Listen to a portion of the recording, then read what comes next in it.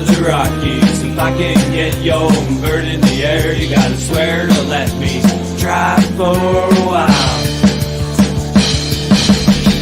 Ooh, she was a crazy dancer, a goddamn conspiracy faster. Reality won't collapse if we can find your hands. It wasn't long before the saucer hummed, and I knew straight away this was gonna be fun. We decided to race along, I would pass, with me in the truck and her in the air, and the moon to the left like a roadside flare, illuminating the valley we call paradise. Ooh, she was a crazy dancer, a goddamn conspiracy faster. Reality won't collapse so we can find your hands. Ooh, she was a crazy dancer, goddamn conspiracy faster. Reality won't collapse so we can find your hands.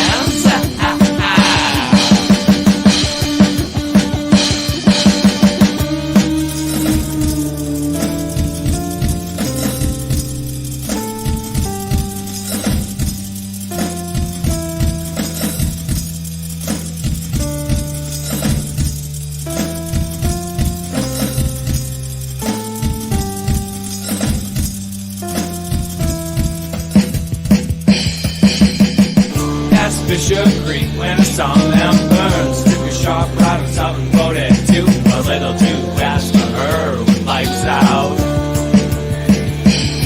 She circled round and lost altitude, dropped hard and fast into the lower pool. On a Yule moon you'll see through those remains. Ooh, she was a crazy dancer, a goddamn conspiracy faster. Reality won't collapse if we can find your hands. Ooh, she was a crazy dancer, goddamn conspiracy faster. Reality won't collapse if we can find your hands.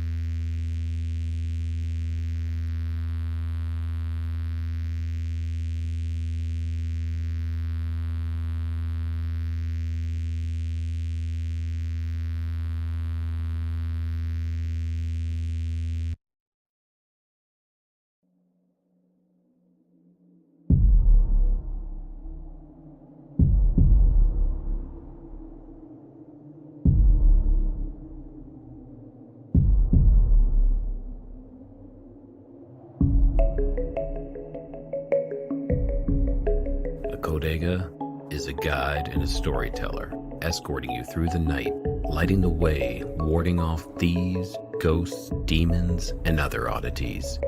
Along the journey, his companions would often share with him the most curious of stories that he'd record in his Codex. Perhaps you just might find yourself traveling with a Codega and sharing one of yours.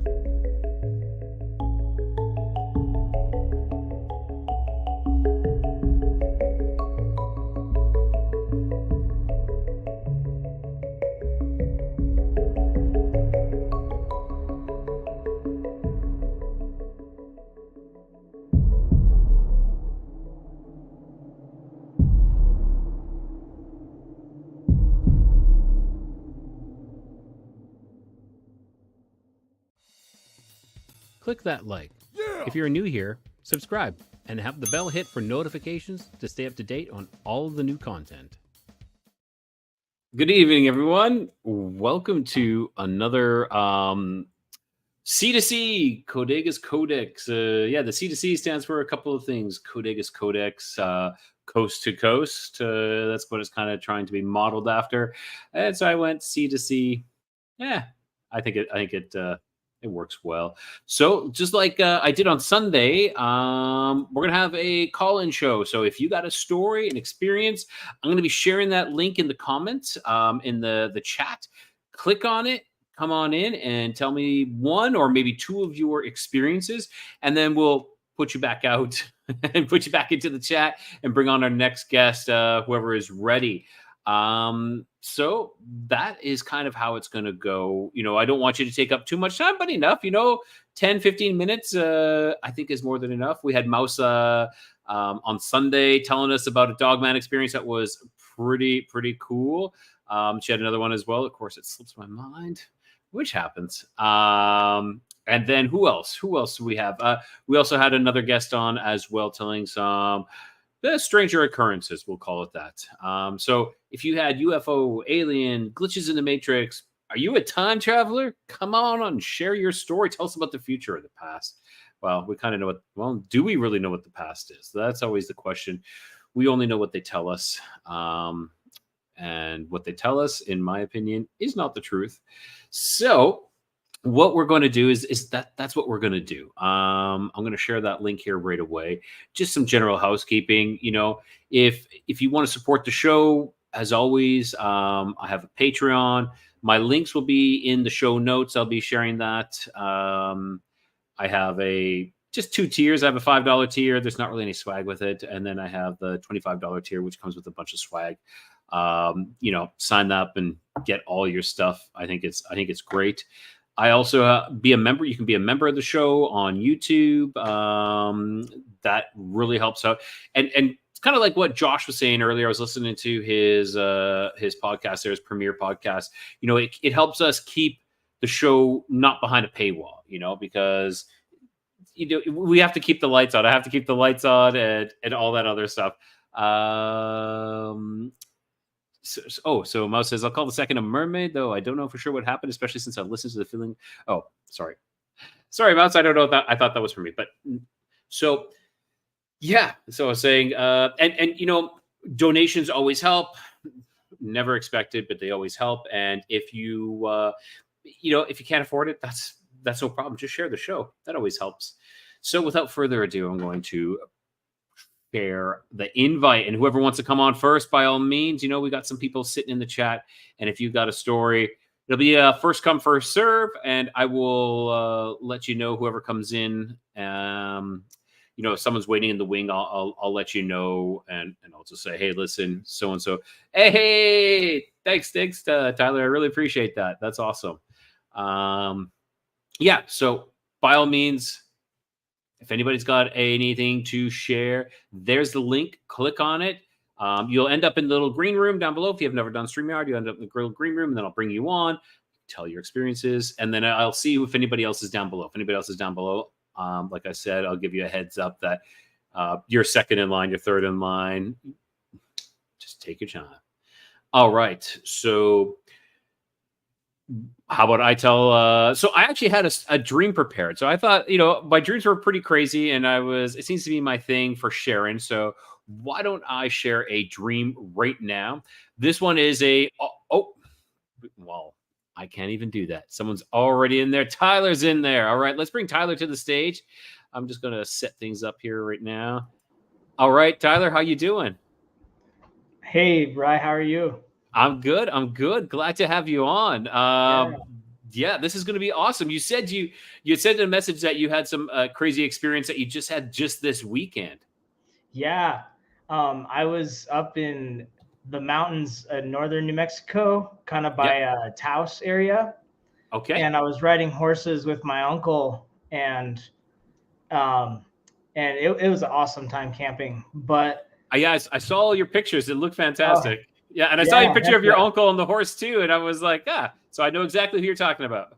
Yeah, heck yeah. And But so we camped a little later in the weekend, and so we were there on Sunday night, and everybody around that whole area had left. Okay. And so we rode the horses like all around where the campsite was, and like all through the trees, and everyone had left, and basically when I went to bed that night, so we had steaks that evening, and he had this dog there. Okay. And so we gave him the bones, right? So that's kind of a little important to the story, because like I drink energy drink right before bed. He's like, hey, you're gonna be up all night, and sure enough I was. And I was just sitting in the camper, just quiet, listening, and I could hear him chewing on the bones. Okay. Just kind of, I could just hear it, and just and like all of a sudden I heard like the biggest wood knock I ever have heard. And it freaking like, I heard, never really heard that. I heard it once when I was a little kid, actually at his house. Okay. And it was like really far off in the distance, but like, it was like right down in the little valley that we rode in earlier. Wow. Yeah. And it kind of freaked me out, because I was like, I've never like, I was like, oh my gosh, like like that's a real like wood knock. And then what was crazy is I heard one in like way off in the distance. There's a lake way, like, I don't know, maybe a mile or two down. And I could hear it, like it was like the same type of pitch, like it was the same, like, probably the same size of stick and everything, like, but I could hear it off in the distance. Wow. And like, how soon after did you hear that second knock? it was like maybe like 20 seconds or something. Oh, It was pretty like, it was like not immediate, but it was like, and the crazy thing was I only heard it like I think it was I think it did it like 3 times on the first one. Mm-hmm. And then I heard it twice on the last one. And then I didn't hear it again the rest of the whole night. Wow. And it would have been like, it's one of those things, like I would like my uncle had like real bad hearing. Like I could hear people like on the other, when there's the other campers there, like talking and all that. He's like, oh, I don't even hear those people. You know what I mean? And, but like, I didn't hear it the rest of the night, and it would have been so easy to miss that. Like, and it was like, my freaking heart started pumping, man. I was like, so not only have you had your energy drink, now you have like this other, occurrence that is like just making that adrenaline pump. And did you sleep at all? It took me a little while to go to bed. I'm not gonna lie, because then I'm all into this, and so I'm like, oh damn, like they're wood knocking, like, and it was that was the crazy part, was just like how close it was to our camp, and then hearing it from where it was down the way, like having ridden the horses over there, knowing there's no one around, everyone like went home, and like, oh my gosh, man. And then so the next morning I went down with a stick, and I tried to like smack it against a tree, and I couldn't even come near that close to that sound. Fantastic. Like, wow. It was pretty incredible. I've never really experienced something like wood knocks like that. Like real like wood knocks. That was really cool to hear one off in the distance too. Like the answer back almost in a way. Yeah. Because sometimes you'll hear that and you think it's like a woodpecker or something, or like, I don't know. I mean, that definitely wasn't. Because you're always trying to rationalize, like, no, that's something else. There's got to be something else, But it's funny too. When I was doing that, it was before my uncle. I think I might have woke him up, because I went down there like right when I woke up, and I went down there and smacked against the tree, and like. I didn't tell him or nothing. I thought I was asleep. I didn't even like think about it. He's all, hey, what's going on over there? And then I popped behind a tree, and it was me. And I was like, I told him about it, and he's like, "What? No way!" Oh, But wow. it was pretty wild, man. Here's a question. What do you think the wood knocks are? Why do you think they do these wood knocks? I had a previous guest that saw it happen, which is a fantastical story, but I would like to hear what you think. Gosh, I really have never looked into it too much, but from what I gathered, it was like letting them know that, like how I thought it was, like that one came up close to us to like check us out. Yeah. And then I don't know. I think it might have been like kind of asserting dominance, because it kind of like, I felt like surrounded at that point, and it was like, and it was only the like the 3 times, the first and the second, the second time. Cool. But that is really, really interesting. Cool. Well, that is awesome. And you enjoyed your camping trip then? Yeah, other than that night there, which kept you up all night. But that's great. That's great. Do you have any other stories, Tyler? Would you like to share any other stories? Yeah. No, the camping trip was good, man. And shoot, trying to just think off the top of the head. Just got off of work, so you know how all that is. I do. You're unwinding right now. Yeah. Of course. No, that's all right. We can always see if another guest wants to come on, and then if you remember, by all means, don't feel that I only got my one chance. Nah. We can bring you right back. Not a problem. Heck yeah. So, I'll pop back on if I. Okay. Yeah. Think of something else, and we'll pop back on. So I know Harley wanted to come on here and share a little bit of what he's been doing as well. Okay, Tyler. Hopefully, we'll see you again. Awesome, man. Thanks. Okay, take care. Thank you. All right. So I'm going to share that link once more. Harley, now's your time. Or Mouse, whoever wants to come on. Let me just boom, copied. And here we go. Let's share that. Oh, you know what? I can pin this. Why don't I pin this?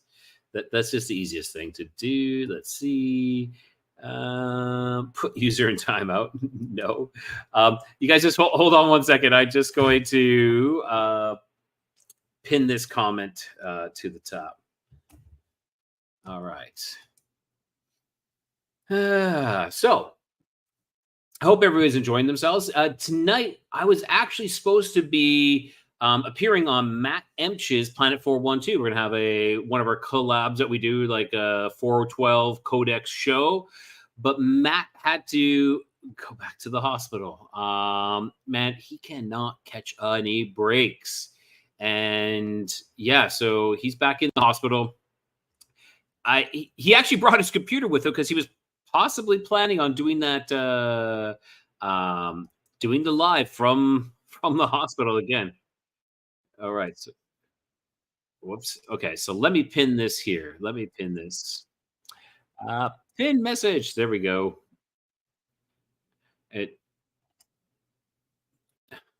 All right. Yeah. So Matt's back in the hospital. Yeah, it's not as bad as he originally was kind of told on something, but it's still not good. So let's, like Pamela said, and Tyler, prayers for Matt, for sure. Hate to see anybody in the hospital, and especially my good buddy Matt, with that's coming on. And Mouse says he's got a lot, but okay. So Harley, you said you were going to come on. Are you ready? If you are, by all means, or Mouse, more than welcome to as well. The lines are open, right? Let's go to caller number 1. Who do we have on line 1? No one right now. But okay. While we're in this lull, I will do my dream that I was going to share in the beginning, because this is another crazy one. Okay, this one is about quantum jumping. Okay, and if anybody's seen the TV show Quantum Leap, where Sam Beckett, his consciousness would jump into other individuals, and they would look just like them, but he was in control. That is what this was. Okay, so I traveled to another alternate reality, though it was not my body, but my consciousness. that transferred over. So I was inhabiting a body that was not me, but someone else. I don't know where his consciousness was at that time. I sought out an Asian individual in his office, store, house, don't know, one of the two, who could help me return back to my timeline, my dimension. But he was very wary and distrustful, as this dimension was a Chinese police state. So I tried to convince him. I was unsure if I had succeeded, but we were interrupted when some passing police officials did a random check. I pretended to be browsing electrical components in his store, so I guess it was in a store, and kept an eye on them as they came in to check on the store. I was praying that they would not say anything. I was praying that he would not say anything, and he did not. So I knew that he was possibly willing to help me. His place was concrete, painted with a slight yellowish cream color. The door was a wooden vertical slatted door that easily let light through the slats. The windows that had in this house or the store, the windows were about 3 feet off the ground, semicircle, and were open to the air. There was no glass in them, but there also had slatted storm shutters, much like the main door. I was informed that I had to keep up this appearance of this person who I was inhabiting. So because I was still trying to be the same person. So the body that I inhabited. So I had to go and attend a football style tryout to try to make a team. I never played actual football. I played it like just throwing the ball around and stuff. I was successful enough to be put on the third string, which was okay. And at that point, I was able to look in the mirror and I saw my face. I resembled a young 20-some white male. My face had acne scarring on it, but my hair was a mixture of dirty blonde and metallic silver. Like a metallic type of wig. Okay, I'm going to share my screen here so everybody can see what I mean, because like I said before, I have pictures. Let's do that. All right. So this here was kind of looked like I was wearing this metallic wig. Okay. I returned back to the Asian man's place where he had some more people there who were going to assist me in returning back. Also, something to note is I carried with me a scrapbook of actual interdimensional travels. That's interesting. I remember a couple of pictures. One was of a mid-century maid type with a blue dress and a white apron. It appeared that she was going to eat a baby. Another picture showed a younger boy who was standing on an armchair. The side of the armchair was made up of actual galaxies in space, which he could pass through the armchair at that point and be transported off somewhere. This picture reminds me of it. So this picture here reminds me of like him transporting through the armchair. I'd met a dark-skinned girl in this dimension. I believe she was connected to this person's body that I occupied, be it a friend or girlfriend. So I had to tell her who I really was. And for proof, I showed her the scrapbook. Now, to transfer back to my dimension, the Asian man had drawn up some diagrams on a chalkboard of a portal and these energy waves passing through this small point portal. So this here is the portal, this aperture here. Energy waves passing through the portal and then expanding out in either direction, creating an oval and meeting up after a bit and continuing on a straight line. On the one side of the oval or an aperture, we had to place a large item, which disrupted that flow. Within this heavy mass or container were personal effects. Not sure if it was mine or the other person whose body I inhabited. So it was kind of like an anchor point. And this was how I was able to return to the other, and the other person was able to return as well. So this was kind of the diagram. He did this first initial diagram, and then this second diagram where you place this large mass, and it disrupts the energy flow. This was my actual drawings of it. And I noticed that it looked very similar to the Van Allen radiation belt. And possibly this large item this heavy mass item was the moon. I don't know. I'm just saying that this is something that I came up with. And, the moon, is the moon a portal? Is the moon an access point to access the Earth? I don't know. Another person who was helping out with this had turned the radio on to some country music.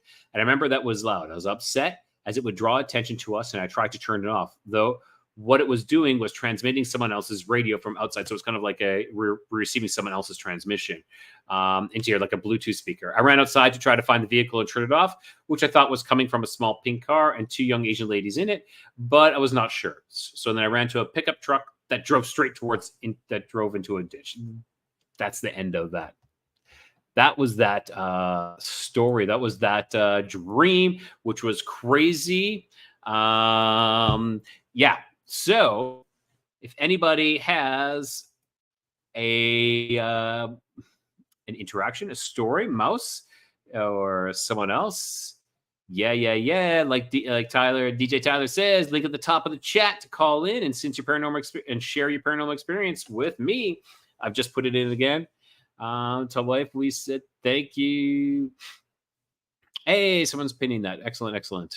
Yes.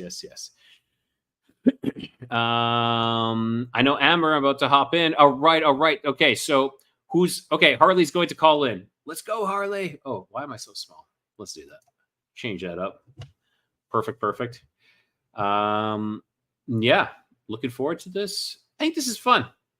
What do you guys think? Hopefully you guys enjoy it. Amber, if you got any stories, by all means, please come in as well. Maybe Harley is looking for a quiet spot to sit out on the porch and converse with us, tell us some experiences. I know and also if you got any pictures to share, by all means, we can, in this program, this platform, we can share those pictures as well, because I know Harley has a picture of a Dogman. You don't want to be on camera. I understand. But you don't have to turn your camera on. By all means, we can pretend it's just like a actual call-in show, just like a phone. If you don't want to turn on the camera, you don't have to turn on the camera. Yeah, so I saw Harley's picture, and I know Harley's going to disagree with me. I totally see the Dogman in the picture, but I think it's small. I think it's tiny. And I know Harley wasn't happy when I said that, but I believe that picture that he sent me, and I have them actually. I should actually get them ready. If he's coming on, I can share them here. All right, so let's do that. And in the meantime, as I'm tracking down pictures, you can enter studio and backstage and have your camera off. Yep, exactly. Excellent. Yeah. So hey, we got a bunch of people in here. We got Amber, we got Pam, we got Mouse, we got Tyler, we got Harley. Who else? Yeah, we got enough. We got a bunch of people in here, so that's fantastic. Okay, I'll continue on with my own stories, and I might have recited these stories many times. I've told many people these stories, but I'm going to talk about my out-of-body experience. And I was in grade 4, so let's see here now, probably like 9 or 10 years old. I was running a race, and I've told this story numerous times, so if I'm boring you, then get on the show and tell us your story. So I was running this race. This race was we had this exercise, this fitness challenge. It was called the Canadian Fitness Challenge. And one of the things you had to do was run this race. And you had a certain time slots that you had to hit to be able to get these badges. Like there was the gold, silver, bronze, but there was like the excellence, which was above the gold. And I always wanted the excellence, and I usually always got the gold, never got the excellence. All right. Oh, Harley's here. Okay, I'm just going to finish this one before I go to Harley here. So I'm running this race, and the main group is like the jocks of the class are a little bit ahead of me, and I'm like, I got to push harder because maybe they're going to get that time, and I want that time.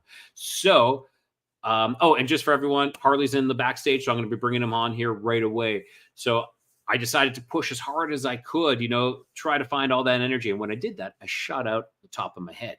And when I did that, I looked down and I could see everybody running. I was about 15, 20 feet in the air. I could see everybody running in front. And then I saw myself running. And of course, when I saw that, there was a realization. So we're talking maybe a second or two outside of my body. Boom. As soon as that happened, backed right into back right into my my body, running, finished the race, and then I made a mistake. I told everybody what had happened. So from that point on, I was dubbed like the strange, weird kid. Nothing's changed since. I'm still the strange, weird kid. All right, let's bring Harley to the stage. It doesn't look like he's got a camera, which is fine. Let's bring him to stage. Right, hey, Harley, how are you, my friend? Fantastic, Harley. How you doing? Man, I'm trying to figure out why this dang on camera ain't working. I don't know what's the deal with it. No problem, no problem. If you need to back out and come back in, by all means, I tried that several different times and it still ain't wanting to work. So I don't know if it's just the link or what. It says I have another app open, but I don't, because I was trying to copy it and put it into my StreamYard app, but it ain't wanting to cooperate. But that's okay. No problem, no problem. I'm just going to just minimize your. Hang on. Let's see if I can do this here. Nope, that didn't do what I wanted it to.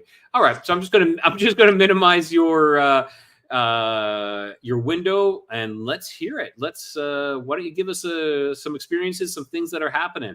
Well, yeah, for those that don't know me, I'm Harley Owens. I'm a Bigfoot researcher from here in East Tennessee. I've had several encounters with the Bigfoot, and recently had another Dogman encounter. I've actually got a photograph of it. And now, Harley, before we go too far here, what is the name of your group again, once more? It's Bigfoot Reports and Data. That's my YouTube channel as well. It's really taken off, and I'm just super blessed, and for all people support me and everything. I'm just an amateur in this, and I'm just on a mission to raise awareness.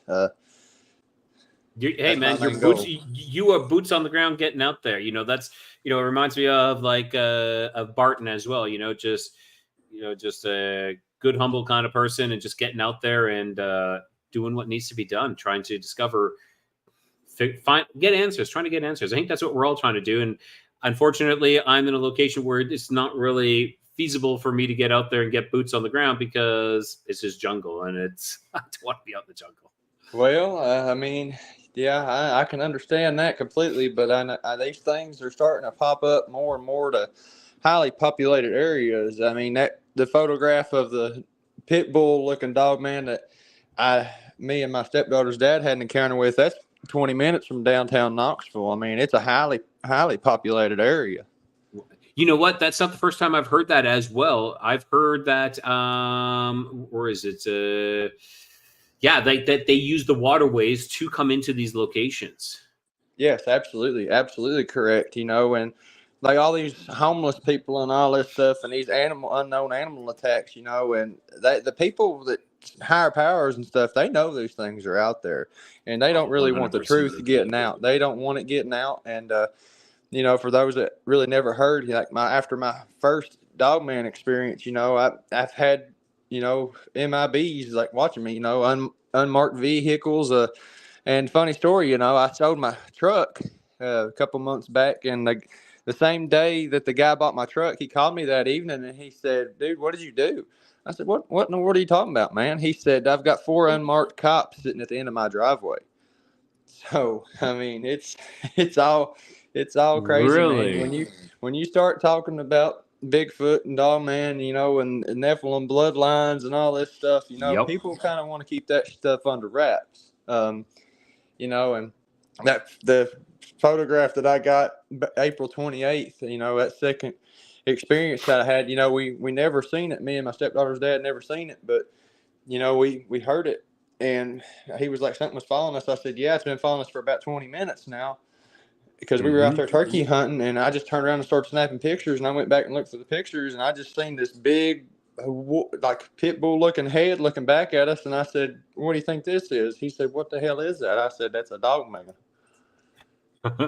That's exactly what it is. Exactly what it is. And so, Harley, can I share your pictures? Yes, absolutely, brother. Yes, absolutely, 100%. All right, let's do this. Let's do this. Okay, so I am going to share Harley's pictures here. And you can walk us through, because you can see them as well. Yes, All right. So this here is the picture that you're talking about, right? Yes, that's it. That is my money shot of a Dogman right there, man. And, you know, we can't really. It don't look like much at first, but when you zoom in, you start looking, you can tell that there is a creature right there. There is a creature. Now, I like I said, I might disagree with you on the size. Okay, like Right. I'm not disagreeing that there's something there. I'm disagreeing on the size, but there is something right there. Well, the funny thing is, there's a drop off right there into the creek bed. So we actually had to climb up out of the creek bed and climb across that tree. That might that might change what I think then. Okay. Yeah, so this thing is, I believe this thing is standing up in that creek bed. Because we, like I said, we come up out of the creek bed and it's right there. I mean, I'm trying to. I have the other pictures ready, but unfortunately, hang on. Let me try this again here. So. I have the other pictures as well where it's more zoomed in. I'm going to do that here as well. So everyone just hold on. Let's do this here. Yeah, here we go. So this is picture of, I don't know why okay, here we go. Yeah, there you go. Yeah, that kind of just puts it more into perspective. I kind of enhanced it a little bit and you can actually see its eyes and its nose and pointed ear, yeah. Right here. Yeah, you can see pointed ear right here, and there's definitely eye there. Another eye you can just kind of hidden there. Yeah, but definitely an eye and a nose. Yeah, there is something there. It is, man. Like we could hear the bipedal movement, but I wasn't going to say anything because I know these things are real and are out there, and he believes in that kind of stuff, and he is open to the possibility. But he said, dude, there's something following us. I said, yeah, and I said it's moving bipedally, and I said we're the only ones out here for right now. So I turned around, I started snapping the pictures, and as soon as I got home and I started looking through them, and I was just like, holy crap, man, this thing just was hunting us in a sense, you know, because we could hear the bipedal footsteps. It wasn't on all fours. This thing was bipedal following us. Wow, that's scary. It's terrifying, you know. It was really, it was. Like I always say, everything is fascinating, but and we lost Rye. Yellow.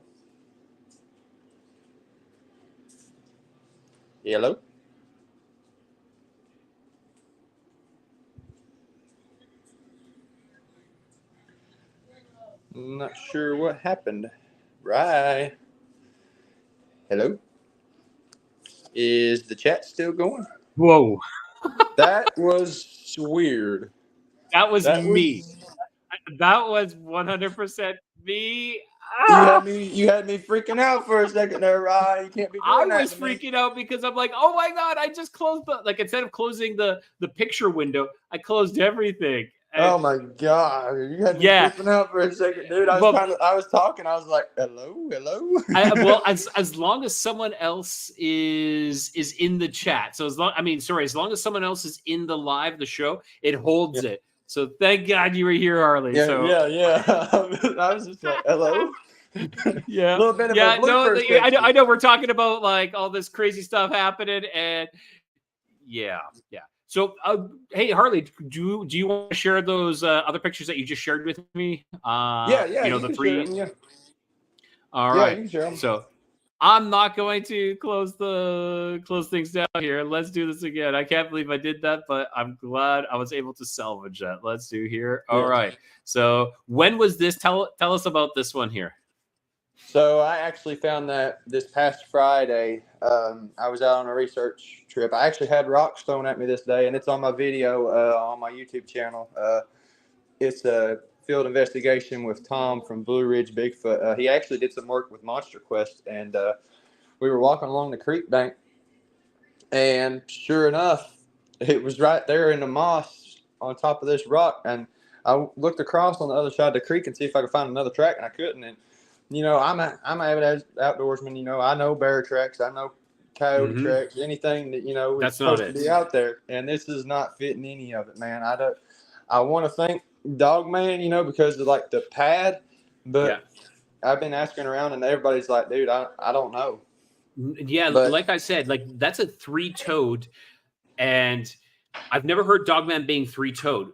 three-toe for me, and like I said, is like ostrich, which I'm not saying this is an ostrich because ostrich have 3 front toes like this. It is more of like, and it's funny because Matt and I on our show tonight, we're going to talk dinosaur or dragons. Sorry, dragons.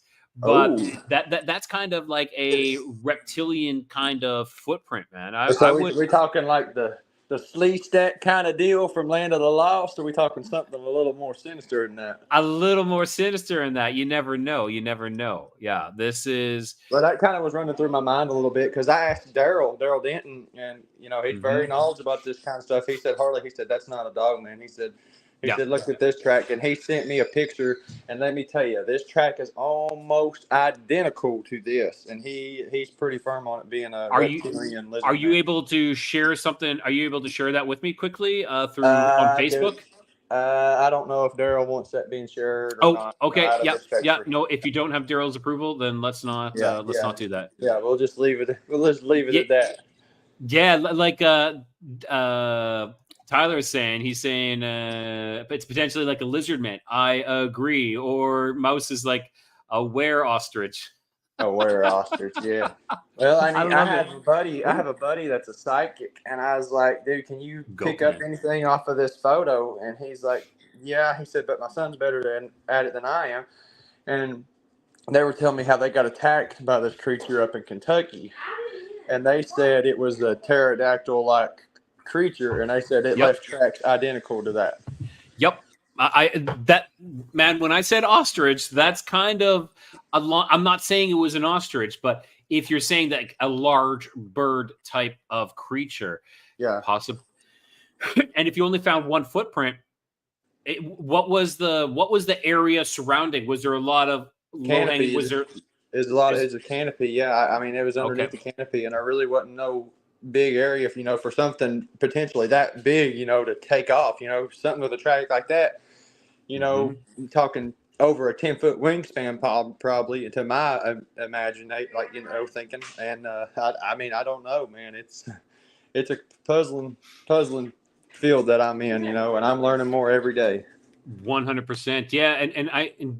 And DJ Tyler is saying it looks like it's webbed. Yeah, I do agree. I believe there is some sort of webbing going on there as well. Like it's slightly, which brings me maybe less into a bird type creature, more into a reptile type creature. Yeah, like amphibious. Yeah, Yep. And I was wondering, if there's like a cave system nearby in this area that I don't know about, because I'll be honest with you, it's just me out here every now and then, and I've got a couple of friends that come, like George Lunsford. I made his first encounter happen back in January, and no, I'm just one person, I can't cover a lot of ground by myself, and I'm very fortunate and blessed to, have more people coming out with me. And, I'm going to say this, I'm not really going to talk too much about this, but this happened Sunday. You're going to have to tune in live on my channel tomorrow night, 8 p.m. Eastern. And teaser. So you're giving us a teaser. Yes. And I will say that this past Sunday was very, very interesting. And my fourth encounter with a Bigfoot. I'm just going to leave it at that. And I caught the movement of it at first, and I wasn't real sure. And I brought a friend of mine that reached out to me from Bigfoot Society on YouTube, and he's a truck driver, and he's on disability right now, and he's real fascinated about the subject on all this. And I brought him out with me, and and I was showing him some of the signs and stuff, and I showed him this Dogman print, potential Dogman print, I will say, whatever critter it is. And it is some sort of unidentified print, Yes. It's like, I don't want to say Dogman, of course not Bigfoot, but this is some sort of cryptid. You definitely found some sort of cryptid. Yeah. Yes, and we're walking around, and I actually tried to cast a track that I had found, and I failed miserably at it. I don't know if I made it too thin or what, but I pulled it up out of the ground, and it shattered into a million pieces. It was a almost 17-inch track. Oh, man. 10 inches across at the toes. Yeah, but I got a picture of it in a cast, like all the plaster and stuff in it. But we were walking back, and I seen something moving out of the corner of my eye, and I seen something black moving its arm through the brush, and I just turned and I looked real quick, and I just put it off as nothing, and I kept walking, and he said, dude, there's a big head right there. And I'm just going to leave it at that. Y'all are going to have to tune into my channel tomorrow night live at 8 p.m. and we're going to do a deep dive. And you record all the time, don't you? Like, as in, like, you have equipment? Yeah, I use a back trail camera like Scott Carpenter did, and I record every step of the way along me hiking. But unfortunately, those boogers zapped me, and I only got 12 minutes of footage from Sunday. Oh no! Oh no! Yep.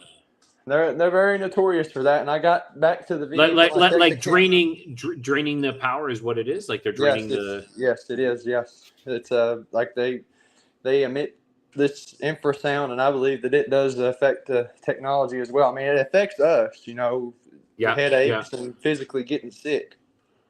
Now I have a question. Yes, sir. Not a question, but actually, this is more of my thought. I possibly, is it not infrasound that's making people sick, but is it possibly some sort of radiation? I have wondered that myself, and I'm going to try and get me something that picks up on that. I know that in this area, EMF reader will go off like crazy. Okay, yeah, and like I the reason why I do my show, and my show is so I don't want to say general. Like I talk to everybody on every type of field, because I actually think there's a lot of connection going on. Because there is a huge connection, and a lot of people want to dismiss it, and there is truth in the science fiction, and I firmly believe that. You look at these depictions of werewolves in a movie, that's spot on of a friggin' Dogman. Yep. And it's the powers that be, they're trying to keep us all under wraps, and they don't want the truth getting out. But quite frankly, you know what?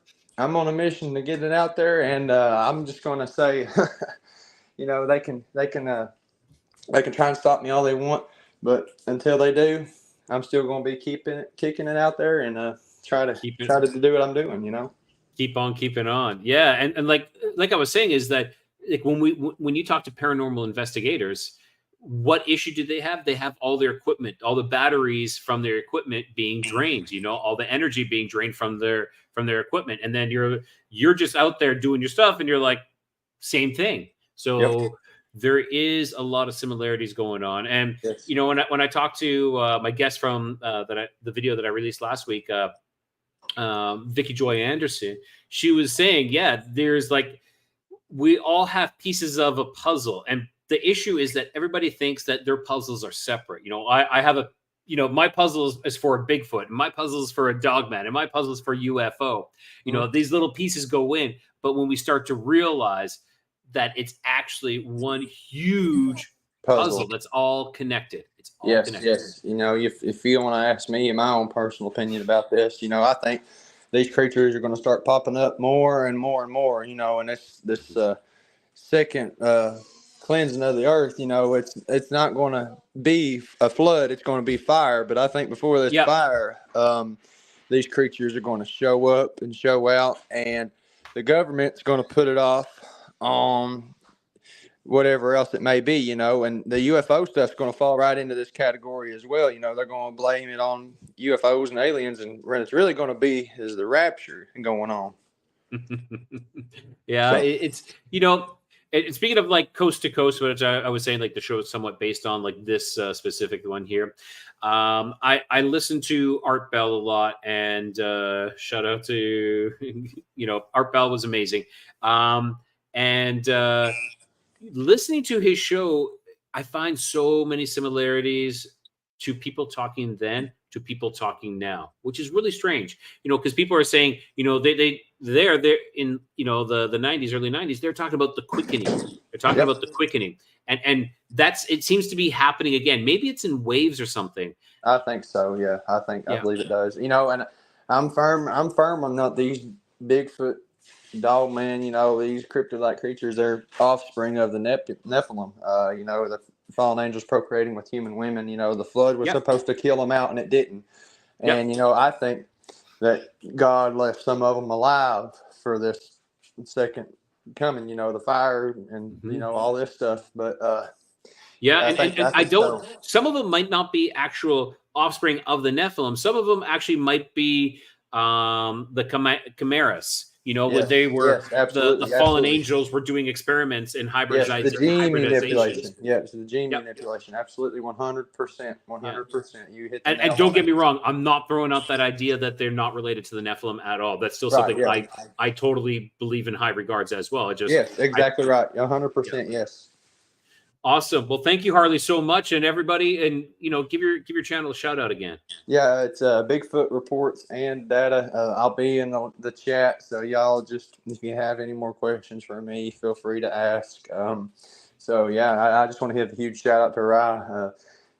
He's a friend of mine, and I'm very fortunate to be friends with him. And so thank y'all for watching. Be sure to subscribe to Rye and share the videos. and hit that like button. Yes, Always hit hit that like hit the button. like. Yeah, always.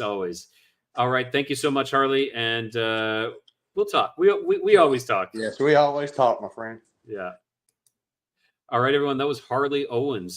Thank you, Harley, for your boots on the ground, and you're doing what needs to be done. And I said that there's not places out here to go and explore. I'm there are places that I can go, and I do want to go in the future as well. I got to get some equipment to be able to do that.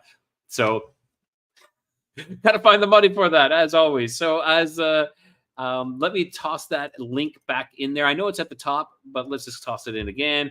Boom. Do that again. Here we go. There is a theories of the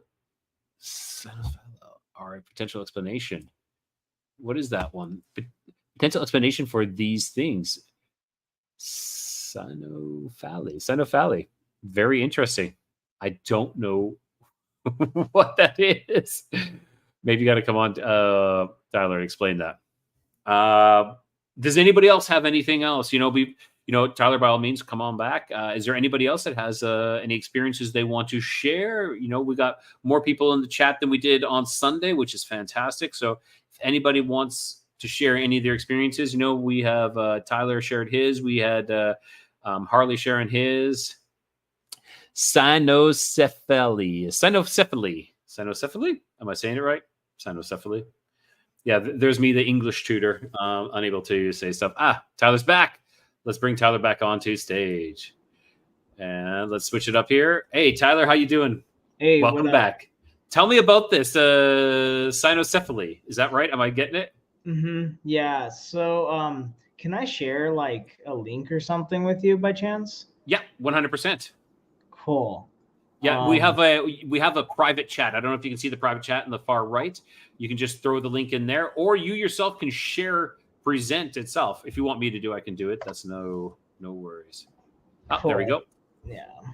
Okay, I'm going to click on that, and here we go. Characteristics of syphilis, having the head of canine, typically a dog, jackal is widely a medical. Okay. Do you want me to share this? Yeah, on the screen. That'd be cool. Yeah. Okay, let me do that here. Give me a second. Picture and layout. Let's do this and this and here and here. All right. Hopefully you guys can see that. So dog head redirects from the use dog head. Okay. The characteristics of cynocephaly. Tell me about this. Or do you want me to read this? Well, I mean, kind of. You don't have to like read it or nothing, but like it's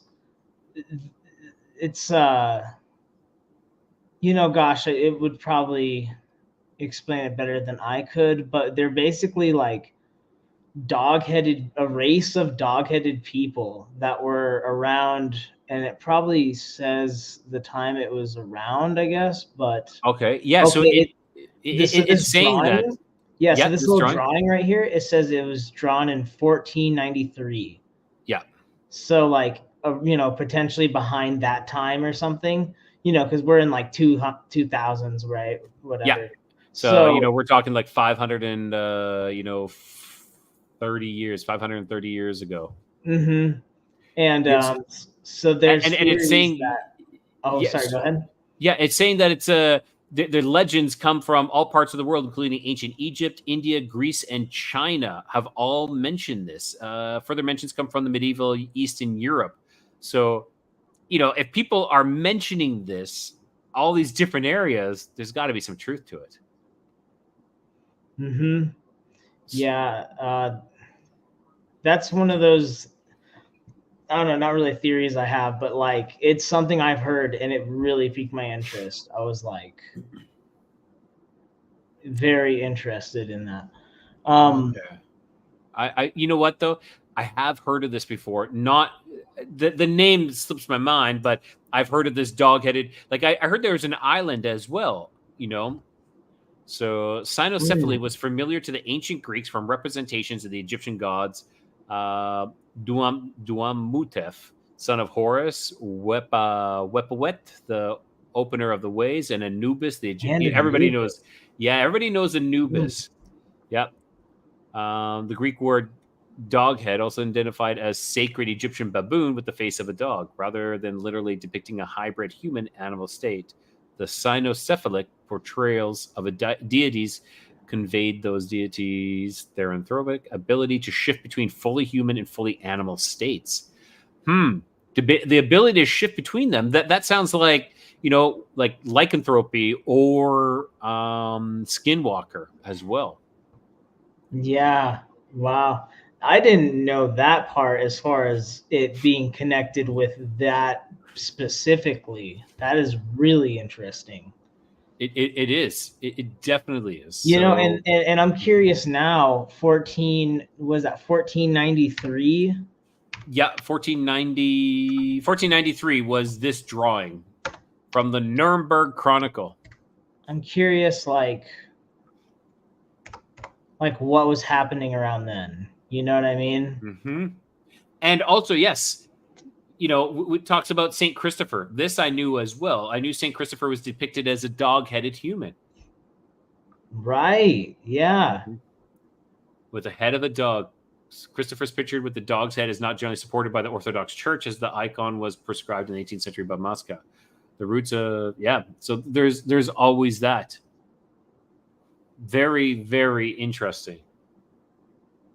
What are your thoughts? Do you think there was a race of beings, or maybe, you know, were they kind of like the chimeras that were created by the fallen angels, you know, with all like their gene splicing? You know, it's funny that we're right here where this little image is shown. Yeah. That is very like, I don't know. See, I kind of, you know, but let's put away all the, you know, stuff that we think is, you know, are the history. Mm-hmm. You know, what we've been told, whatever. Yes, what we've been told. Let's go with what we've been told. I think that's a better, I think though, I think dinosaurs were like only maybe 1,000 years ago or something. Like I don't think they're millions of years old. I don't think that's my theory. And so like that being said, I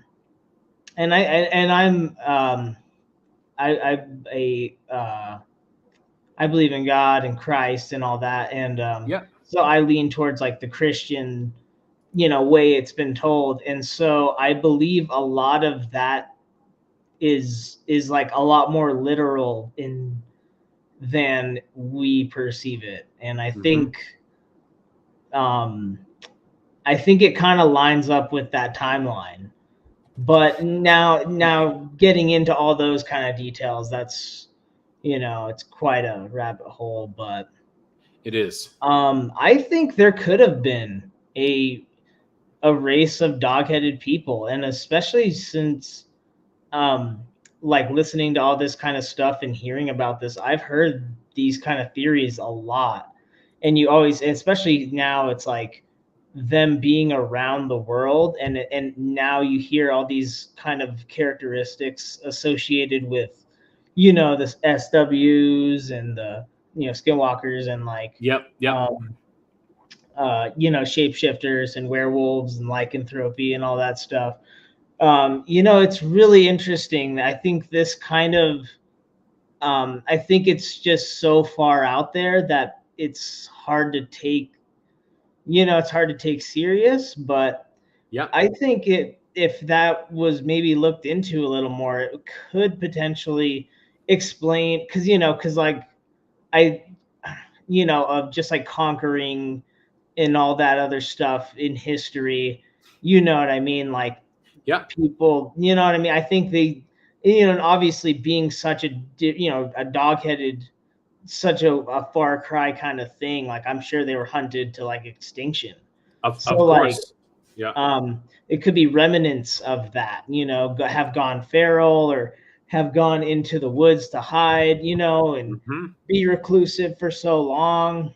And maybe that's why there's such a, like you said, feral. Maybe that's why there's such a vengeance with Dogman. Like whenever you see Dogman or hear stories about Dogman, for most part, they are terrifying. They are terrifying. Where sometimes you have some reports of Bigfoot, and some of them are, more respectful, I guess, in a way. It's not like this danger kind of thing. But when you hear stories about Dogman, it's crazy kind of thing. It's just this terrifying kind of experiences. So maybe that could have some validity to it, that if they're hunted to extinction or hunted down by man, well, then you would have this this vengeance, this revenge, burnt into you. And I think, the Bigfoot being, how we're basically apes, essentially. Yeah. I think we share that primate kind of type of DNA. I think in that sense that there's some kind of leniency, they give, it. Mhm. I've heard, obviously the crazy stories and all that, but you know what I mean? But like, I think that being a canine, I think it's just so much different that it's like, Yeah. it's almost like a reptile, like a canine and a reptile are so much different than us. Like, Agreed. it's almost like alien, and then that almost goes back to that theory of all this other stuff, like basically piling up onto the earth and creating all these, sporing up every type of living thing. You know what I mean? Like, like basically like universe dust. But Fair enough. Yes. yeah, like life powder. Yep. Just Yep. coating mold on the earth, basically. You know what I mean? Like, it's just, Yes. I don't know. Yeah. And that's, I have like, and that's why I'm very interested in all this, because it's, it's not the history that I don't think it's the history we've been told. And that's why I think it's I really agree. important to look into all this kind of stuff, because it's opened my mind up a lot. And especially like the experiences I've had, it's just like, I can't explain that with just, the laws of physics as we know it, which I think we don't know it as, you know what I mean? Like, there's a lot more to it. Yeah, I totally agree. I think there's a lot more. I think we've had a lot more resets on our world than we're led to believe. I think we've started over multiple times, and that's why we're like, where is this technology? Or how were they able to do that? Oh, they didn't have the means to do that. Yeah, I think they did. I think they did. Mm-hmm. Yeah. And then you hear about like the mud floods. Yep. Like, just, and like how ruthless nature in itself can be, and like how quickly a whole city could be leveled and just turned into like a desert. You know what I mean? Like, it doesn't happen too often, obviously, like in our modern time, thank goodness. But you know what I'm saying? Like, it's pretty interesting to think about just how that stuff can be buried, like, probably pretty quickly. I totally agree. I had when I was part of the Lost Frequency, we interviewed Sean Hibbler. I don't know if anybody's heard of Sean Hibbler. He's very, one of the most touchy subjects that we can get into is FE, so flat Earth. He's made a couple of very compelling documentaries about that, but now he's moving on to the mud floods and onto the World's Fairs as well. And so he is starting to make a documentary on that. So I just posted in the chat the link of the show that we did with him, and but very interesting. He's just working on there. But Sean Hibbler is his name. He is a very controversial type of person. If you've ever had any questions about flat Earth, I highly recommend. And I'm not saying I'm an FE-er, you know, but I don't necessarily believe the globe model that we live on right now. Now, so he has presented a couple of documentaries, Above the Level or On the Level, I think it's called, something along that. If you Google Sean Hibbler, you'll find them, but they're really compelling, really interesting, thought-provoking. Wow. Yeah, I'm definitely going to check that out. That is a very interesting topic, obviously. Yeah. Like I think there are two topics that are extremely difficult to get into, where you'll get ridiculed no matter who you are and you talk about them. One is flat Earth and the other is anti-vaxxers. So I'm not going to bring up much of that because I'm on YouTube, but yeah. But if you bring up both of those, and they're both kind of like banned from YouTube, like why is flat Earth banned from YouTube? Very interesting. Like, you know, I don't want to say banned, but you get shadow banned. So really interesting. Yeah. Interesting. Yeah. Maybe I'll save that for a Rumble live or a Rumble show. Yes. Yeah. Let's see here. Let's see. So Mouse is saying, thought Tyler said mudbloods. First was like, how does Harry Potter come into this? Then my lagging device let me hear mudfloods the second time, which makes more sense. Of course. Well, Tyler, do you have anything else you want to share, or are you good for now? I remembered something too. Let's hear it. When I was out here one time, I have a road on the back of my property, and I was cutting wood with my dad, and we were just taking like a little water break, and I look over, and I have like kind of like a little canyon that goes over and then up, and there's a house on the other side, and we saw a freaking bird that was bigger than the house, and it was like a huge like 2-story. It's like a huge like mansion house, and it was like this black. It was like a black like turkey vulture. Like, and it was just like chilling, just like soaring, just like doing its thing. And I'm like, Dad, look at that thing. And he's like, oh my gosh, I've never seen something like that. It was huge. This ties in what Harley was talking about earlier, you know, about the pterodactyl or something like that in those tracks. Wow. And so this had feathers. This had feathers though, right? Yep. It was a bird. It was a giant turkey vulture. Like, it was a turkey vulture, but it was like, but you could guesstimate dimensions. Oh, say it one more time. Oh, if you could give me a guesstimate, I always use the word guesstimate, but if you could estimate the size of it, what would you say that this creature was? Like, how big? What was his wingspan? I think its wingspan was probably like, I bet each one was like 30 each. Yeah. And then his body was probably like, I don't know, like, well, geez, you can't see. Probably like 5 feet, you know, like he was huge. I mean, that was like, I can't believe that. And then you're talking 65 feet, maybe from tip to tip. It was bigger than that house. Like it like made the house look kind of sizable or small or whatever.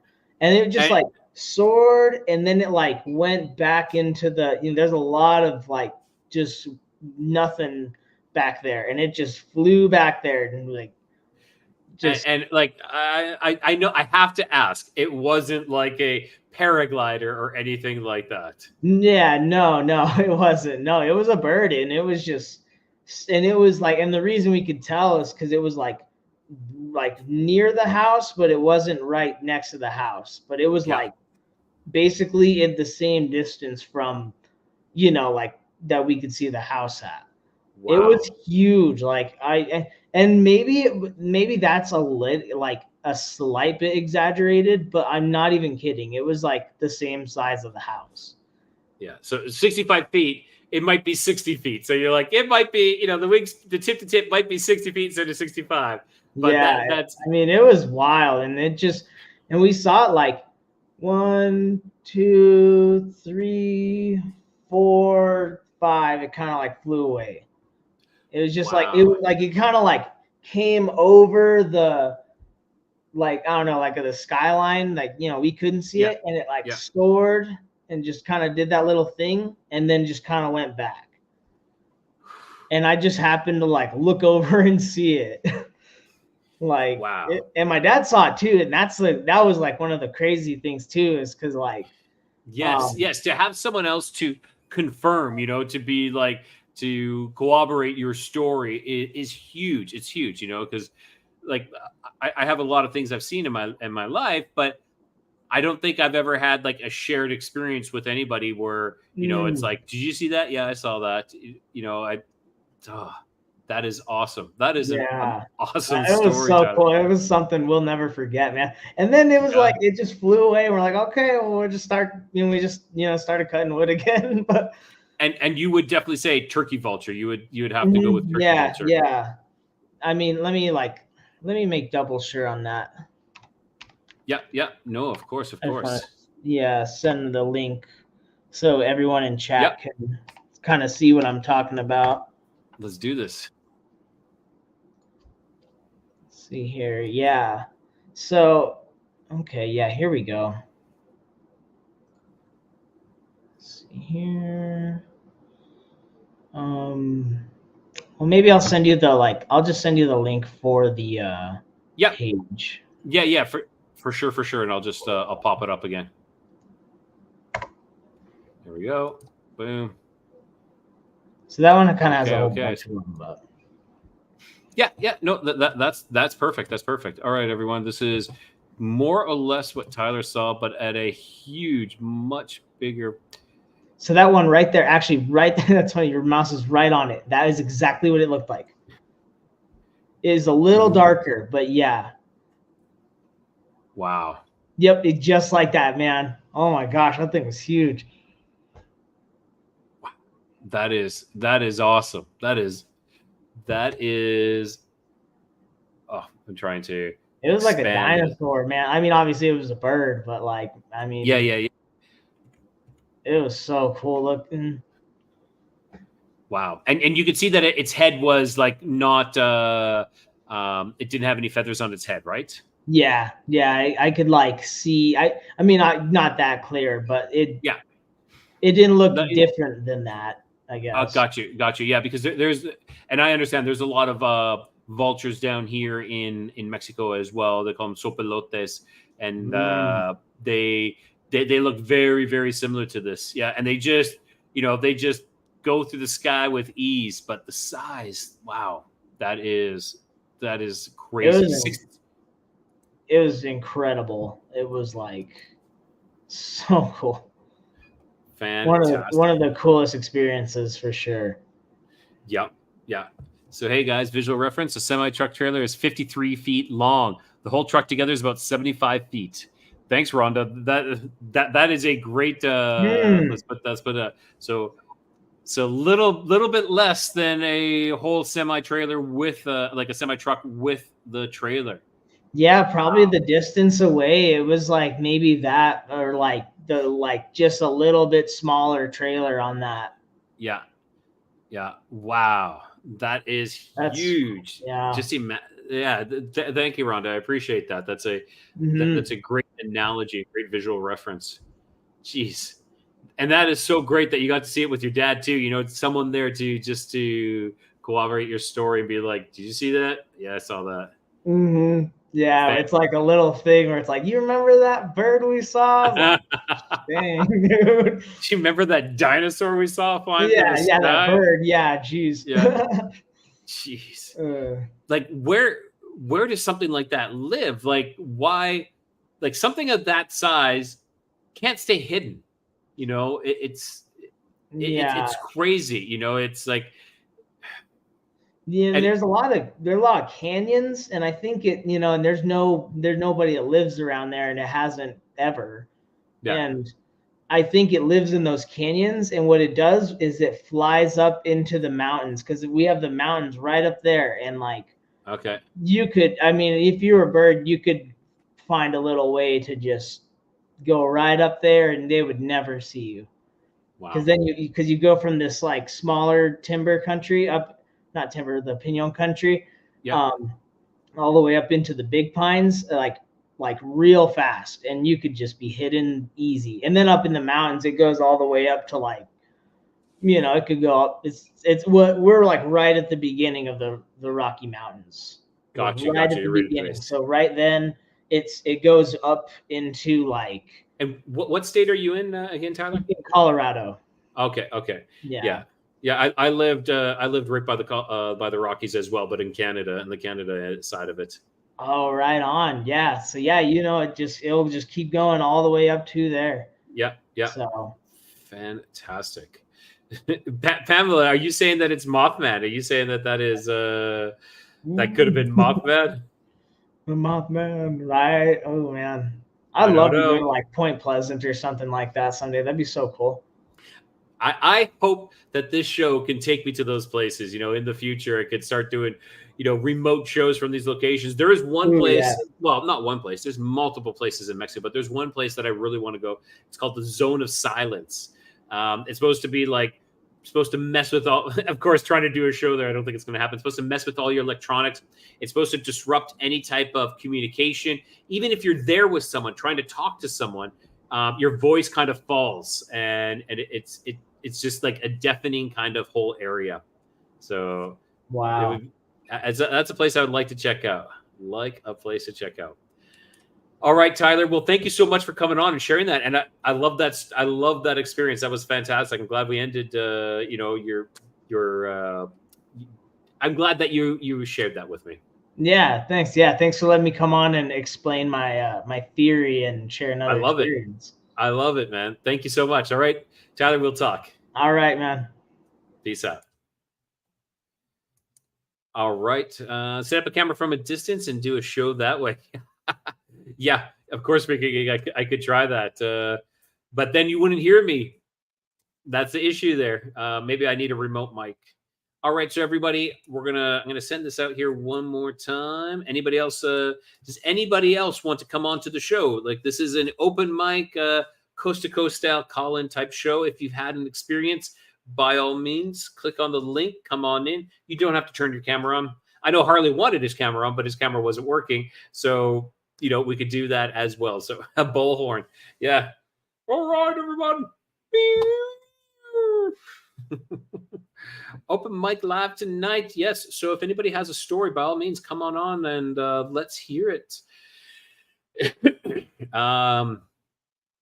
So actually here in Mexico, one thing that is very common where we live is aluches. They talk about aluches all the time. Aluches are little beings, little creatures. I don't want to say duendes, because I think they're different from aluches. Aluches are along the lines of a homunculus. The story that I've heard is that they are created. You know, you use cornmeal and blood, and you create this in kind of clay, and you form this golem, but small. They're like little children.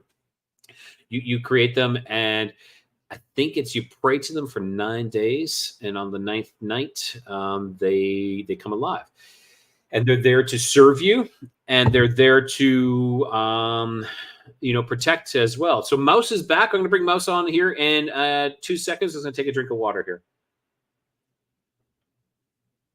Tyler's got another story. Tyler, if we're still going, by all means, come back on after Mouse.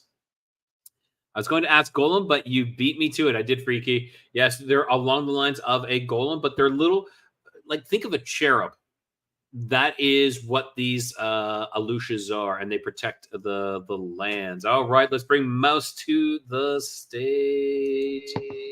How are you doing, Mouse? I'm doing okay. How are you doing? I'm doing great. It looks like we got a little bit of a feedback. Are you able to change your setting or put on a headset? There is I turned everything off, but I have a headset somewhere. Okay. Let's see if we can put that on. So we don't get, or you can go into the settings, and there is a audio settings, and you can do echo cancellation. Ah, she's getting the headset. That's fine. Crating hour with Rye. I would do. What is crating hour, Diana?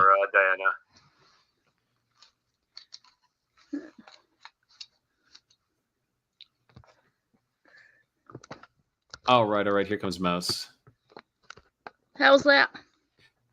Fantastic. Can you hear me? Yep. Perfect. We don't have any feedback. Let's go. So Mouse, tell us, and everyone, Mouse was on Sunday. She was our first ever guest onto the C2C call-in show. So Mouse, why don't you tell us you got another experience? Oh, crafting. I'll get the wire out of the way if it stays that time. No problem. Well, I got quite a few, but I think I'll... all right. Can you hear me okay? Yep, I can hear you. It's perfect. It's nice and clear. Perfect. Well, I guess the one I'll start with tonight was to do a little bit of background. Ever since I was little, I have, usually when I dream, I'll know what's happening in the dream, but I won't feel stuff. Like if, say, something reaches out and grabs me in the dream, I won't feel it. Usually. Yeah, and that reminds me of, yes, and that reminds me of your incident that happened when you were swimming. Yes. Yeah. Okay.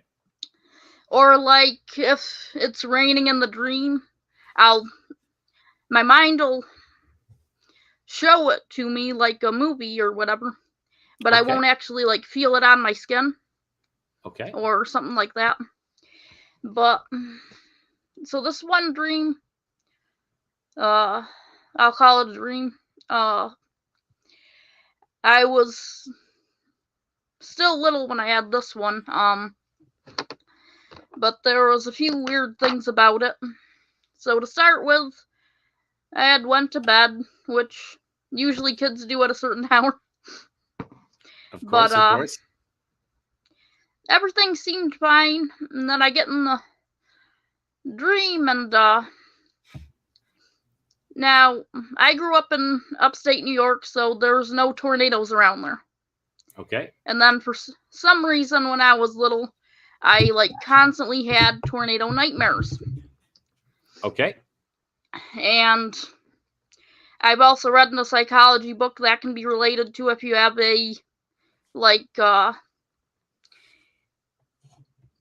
don't want to use the word traumatic, but if you have a certain type of stuff going on in your life, you can have tornado dreams, and it signifies that or whatever.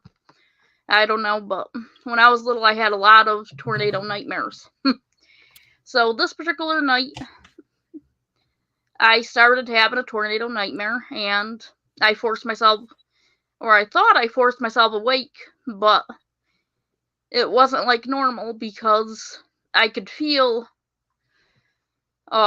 someone sitting on me.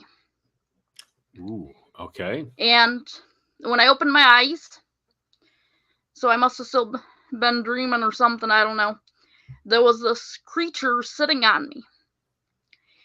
Think of like a Muppet, but kind of more freaky looking, huge eyes, and like a rainbow color, like rainbow spaghetti, hair all over the place.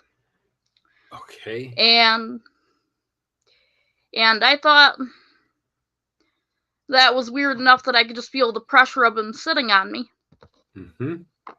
Especially because I, even now, don't usually feel stuff like that when I'm dreaming. And he was surprised that I actually woke up. I think he was kind of like feeding on my fear from the dream. Yep, makes sense. So he had this rod, and now I'd never seen like a cattle prod or anything previous to this dream. Mm-hmm. And there's like a golden or bronze colored metal looking staff thing. And he zapped me with it. And it didn't hurt, but I could like feel like electricity was hitting me. Yeah. And I fell back asleep.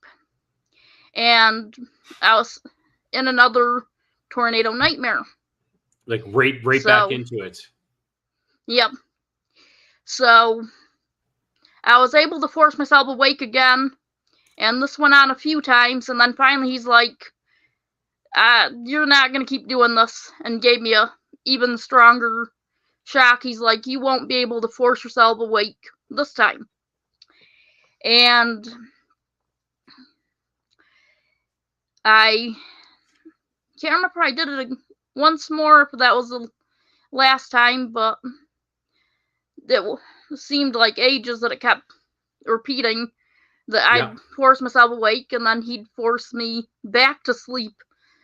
And so finally he had zapped me and said I wouldn't be able to wake up again, and then instead of just one tornado nightmare, the next thing I knew, I was in a city somewhere. I didn't know where I was. There was all these dark buildings, and there wasn't any like lights, and it didn't look like there was a way from where I was standing to get into any of these buildings. And there was like 4 tornadoes coming for me at different directions, so like there was no place to run. Wow. And so for that one, I had to endure it until all converged on top of me. And then I was able to wake up the next morning.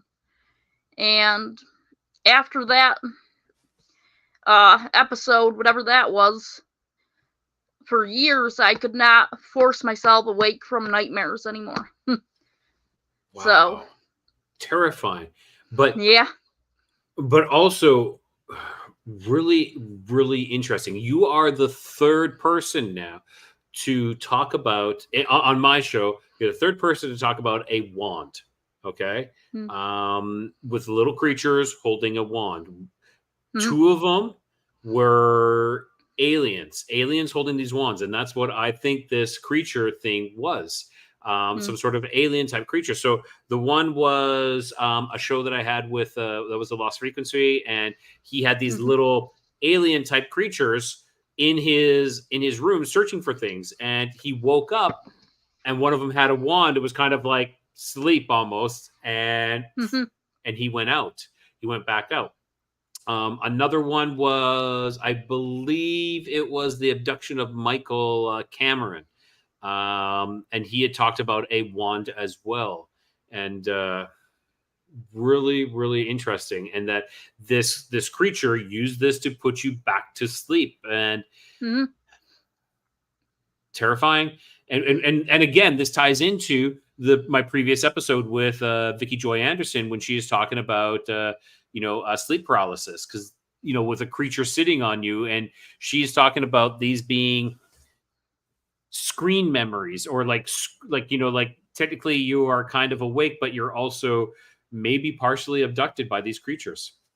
And that is, I definitely want to, when I'm going to be having Vicki back on here again in the upcoming future, and I'm going to definitely talk to her about these wands and about this, especially your incident as well, because that's terrifying. Do you believe that this creature was representing itself in a way that wasn't as scary, or did you actually think this is what you really saw? Like, was it maybe like a costume, like a front, like a mask, or was it I'm saying a mask in a very general way, but I'm saying, was it projecting this image to you, or was this actually, you think this is actually what it looked like?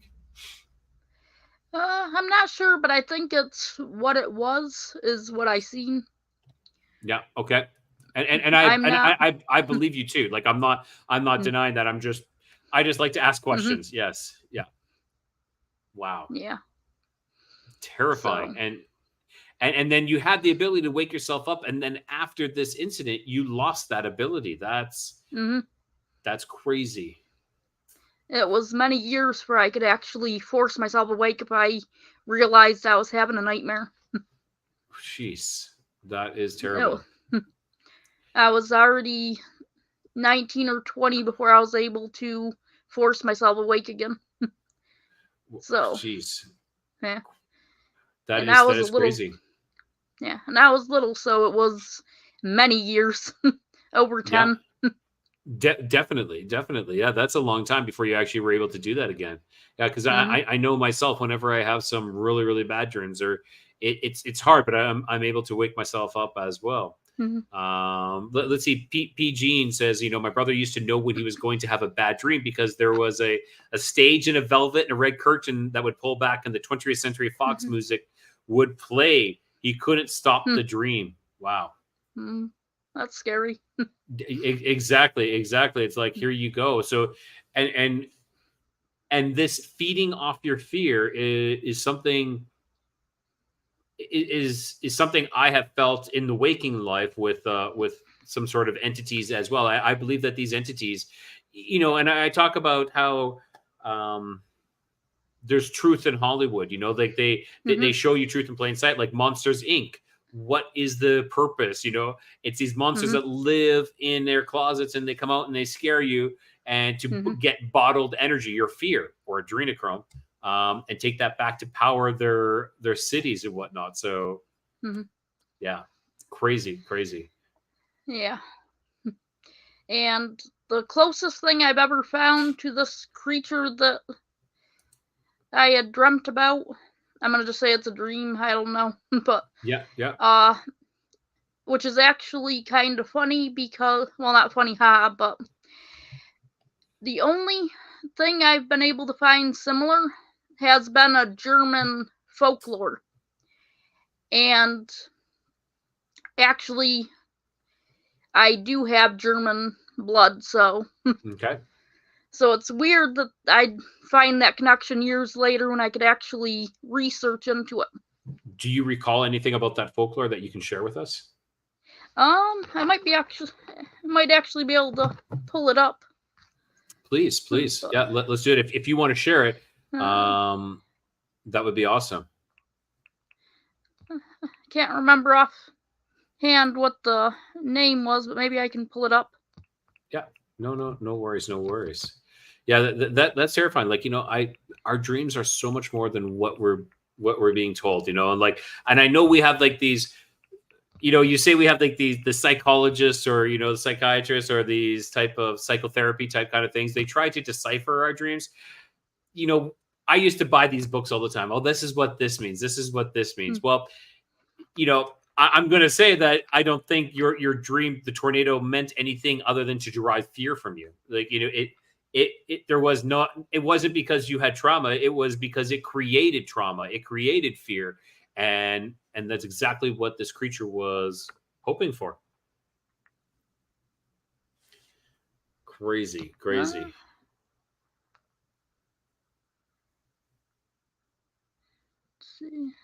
I'm not seeing it. No Think worries. of the name. No worries. We can we can link that later. I can put if you ever do find it, send me the link and I'll put it in the show notes here, and we can go through it. And I'll even talk about it in another show. No, that's awesome. So, Mouse, do you have anything else you want to share? Well, a few things, but of course, we probably don't have time for me to go through everything in one time. Well, yeah, we'll be doing plenty of these shows, so let's share one more thing.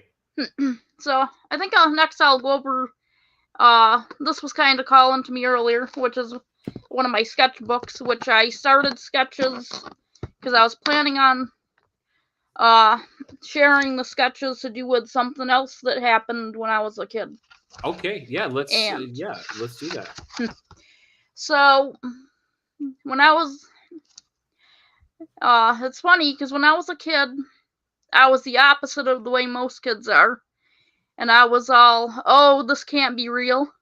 And the older I've gotten, the more I've went the whole opposite way. Like, there's a lot of things out here I don't understand, but they're just not natural. And so usually I was good at listening, but this one day, I don't know what possessed me, but and I'm using that figuratively, not actual that something possessed me. Fair enough. Yeah, not literal, But- everyone. It's just figurative. Yes. But I decided one day to leave the yard following the family dog, which I shouldn't Okay. have done, but kids do strange things, Yep. even when they know they're not supposed to. But for whatever reason, I didn't think and followed the dog off into the woods. And it was kind of weird because there was a few things that stand out to me now that make me wonder what actually happened on this little adventure I had. Okay. So at one part, I got to the edge of one of our fields that was outside the yard where I wasn't supposed to leave, but I did anyways. And I seen these tall shrubs that I knew weren't there, and at first it clicked in my head like, hey, something's wrong. This isn't actually what's supposed to be here. Okay. And then yes. And then something hit me, and it kind of made me, I don't want to say forget, but made me like relax and like, this is okay. I'm just overthinking things or whatever. So it was almost like stories I've seen about like fae spells or whatever. Okay. Yeah. So here's some sketches I did. They're not the best, but they were kind of like gumdrop shapes, and there was 4 of them. Huge. Okay. And I was like, I know that's not on our property, but why am I seeing this? And then, like I said, for whatever reason, something clicked in my head, and it was like, okay, this is fine. I'm just going to keep going. And so I ended up in the woods, and after a while, I realized, hey, I'm a ways away from home. I don't know where I am because I've never been out this far in the woods by myself. I'm not supposed to be this far away. And then, so I was wondering what to do because the dog ended up running off. So I'm like, I can't follow the dog back to the house. And I don't know if I should just stand here or if I should wander more. And for some reason, I decided to wander more. Of course, as you would. So I ended up wandering further in the woods, and I noticed this clearing at one point that, and I didn't think of it at the time, but what was strange about it is there was a house there, but I didn't see any like gates to get in. There was barbed wire fence all around it. Okay.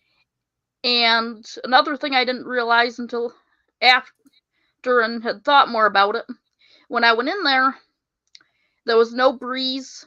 And before, when I was wandering around the woods, I could see birds flying overhead, and I could hear them chirping. Once I went into this clearing, it was dead silent, which is not a good thing to find yourself in the woods in a dead silent area. Of course. But luckily, nothing bad ended up happening. At first, I was like, maybe I should go because I had a vague drawing here. But it was just a long building. Okay. Like that, and there was all these windows with these curtains. And there was no door from where I could see. So at first I'm like, maybe I should go knock on the door, see if someone's there. Maybe they can help me find where I need to go. And then I get about halfway to the building and something clicks in my head and I'm like, I don't know if there are people here, if they're actually going to help me. Because then it clicked in like, oh, the stranger danger stuff kicked in my head. Like I've been told not to talk to strangers. Like the common sense is coming back. Yes. Yeah. So I stopped. I thought about it. I'm like, okay. I don't know if anyone's even here because I've never seen this building before. If there are strangers there, I don't know if they're good strangers or bad strangers. So I ended up turning around and going back through the barbed wire fence, which luckily I didn't get caught up either time. But then I'm back in the woods and took a few steps, and I hear one of my uncles yelling for me. So I yelled back, because I'm like, okay, he'll be able to get me out of the woods. And Yes. so luckily, it was actually my uncle. Yeah, I was actually wondering that too. I'm like, was it your actual uncle or someone else copying the voice? And then once I got back with my uncle, well, not back with my uncle because I had been at home before that. And when my parents realized I was gone, they set up a search party. After that, I turned back around, which I thought I only walked a few steps. So I turned back around, and the clearing, the barbed wire, everything's gone. So I'm thinking that's weird. But I start going with my uncle, and when I had finally got to my uncle, because we had called back and forth until he was able to find me. Yeah. The dog had came out of like nowhere, so he was there. My uncle was there. We made it back out of the woods, and so after that, I ended up stopped talking about it because I overheard the adults, and they had no clue what building I was talking about. So even though I wasn't known for lying or making up stories, they're like, where is this kid getting this from?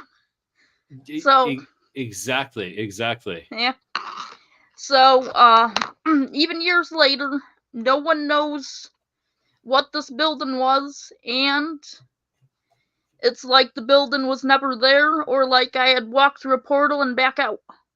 That's kind of what I was thinking. Like you walk through some sort of into some sort of Fae. When you said Fae, exactly what I was thinking. Yeah, like you went through some sort of Fae circle or something along that line, fairy circle, and entered another reality. And then I'm happy you did not go into that house because that would have been something very, very bad.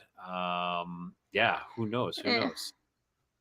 It could have been really bad. Could have been no one was there. Could have been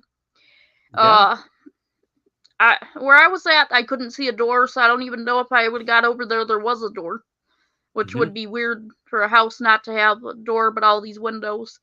And when I was walking towards it, there was no movement inside, and there was no movement around me, like I said. And I didn't see the birds or anything.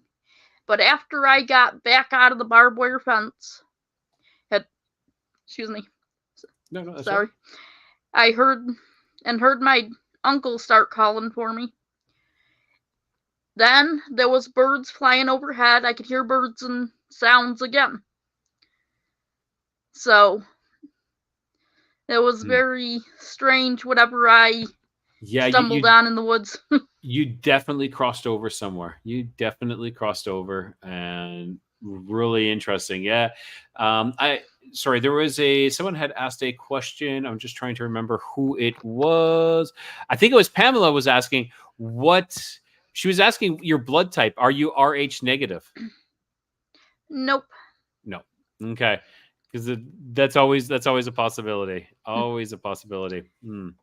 Of something, but it definitely seems that you've had a lot of experiences, Mouse, and you said you got a lot more. So we're definitely, when I have another my next show again, I definitely want you to share again. But Mouse, I want to say thank you so much again for coming on. I really, really appreciate that. Okay. Thank you. Yeah, awesome. I actually really like that last story. Well, both of them actually. I would love to get into them a little bit deeper on maybe another show. Okay. Okay, we could probably do that. Yeah, for sure. All right, Mouse, you take care, and thank you so much for coming on again. Thank you. You too. Thanks. Bye. Well, everyone, that was Mouse. Yeah, I'm speechless, and like I said, this is the third story I've had with someone having a magic wand a creature having a magic wand. What are the chances? What are the chances? Like, I've listened to other shows and I've never heard anything about wands. So who knew? Who knew that this is something that is coming up? Yeah, B. Gene, I'm O positive as well. Yeah, so Mouse, thank you so much. I really wanted to say that was amazing that you came on and shared that again. So that was awesome. I want to say thank you to everyone who came out tonight to watch the show, and those who are going to watch it, watch the rerun of the show. I think it was a success. I think I'm going to call it a little bit of a night. I was thinking, 2 hours is a great time, but I think we're good with an hour 45. So, I'm just going to ask everyone again, thank you for supporting the show. Definitely thanks to DJ Tyler, I really appreciate that. Every little bit really helps, keeping everything, not behind a paywall. Same thing like Josh was saying, it really, we put in a lot of work, and I don't want to put anything behind a paywall. So if you can support the show in any way, I have my Patreon. I have a $25 tier, which gets you some swag, get you shirts, get you other stuff. I think I'm going to update it a bit, maybe with the newer product. And then there's the $5 Patreon. And I just want to say that is just to support the show. Then I also have my my store, my Printify store with all my merch. By all means, go check it out.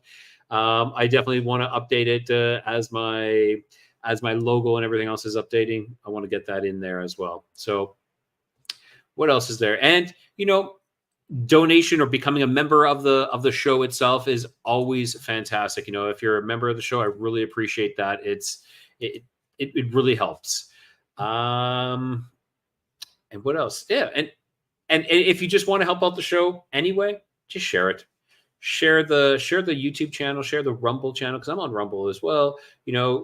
Join us in our Facebook group. I try to post some funny stuff in there. And by all means, post anything you want in there. If you have your own show, post all that, everything. And with that, as we're coming to an end here, I want to tell everybody my usual sign off, which is, of course, keep your curiosity wandering, keep the light lit, and always, just like Mouse, find your way home.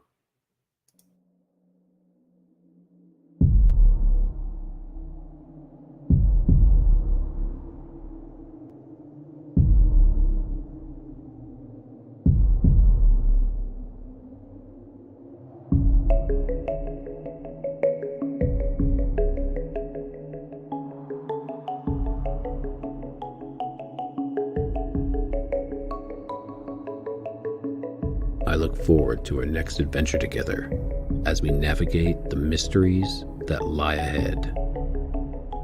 Until our paths cross again, keep your curiosity wandering and ensure the light remains lit.